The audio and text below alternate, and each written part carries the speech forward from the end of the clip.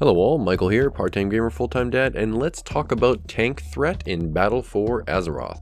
Now, unless you don't pay attention to upcoming expansion information, maybe you just missed it, or perhaps you live under a rock. Regardless, I'm sure you've heard by now that Blizzard kind of went all stealth mode and reduced tank threat by 80% in BfA. At least so far right now that is on the beta. Now, I know what you're thinking because when I heard that, I thought the exact same thing. But really, do not panic. And I'll tell you why. It's not a problem. At least, I don't notice it to be a problem.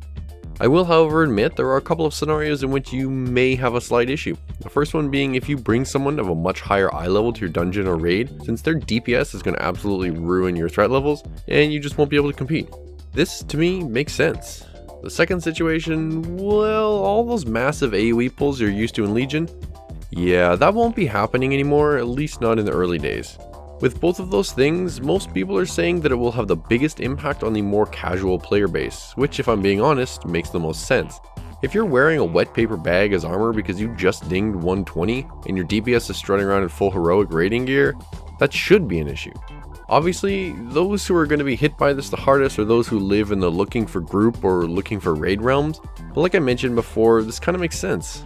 One major adverse effect of this, however, may be that it might impact queue times, since some people may not want to take on tanking as an off-spec anymore, since it's viewed as quote-unquote harder. It's no longer a button mash and win. I personally feel like it's slightly more engaging now, because you need to actually pay attention to what you're doing and tab around to multiple targets. But again, that's just me. I'm not a huge fan of mindless button mashing, to be honest.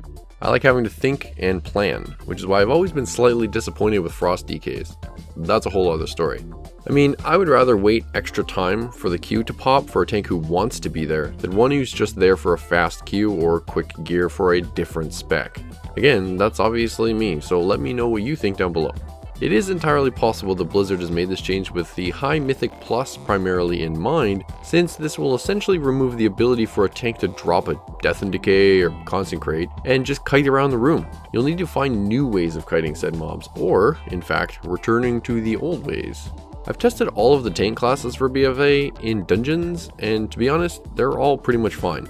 The ones that stand out, however, are the Brewmaster Monk and the Protection Paladin, because they have a lot of AoE abilities, so it's really not an issue with those ones. I did, however, struggle a tiny bit on the Vengeance Demon Hunter, I won't lie, but nothing that the threat multiplier from Taunt couldn't fix.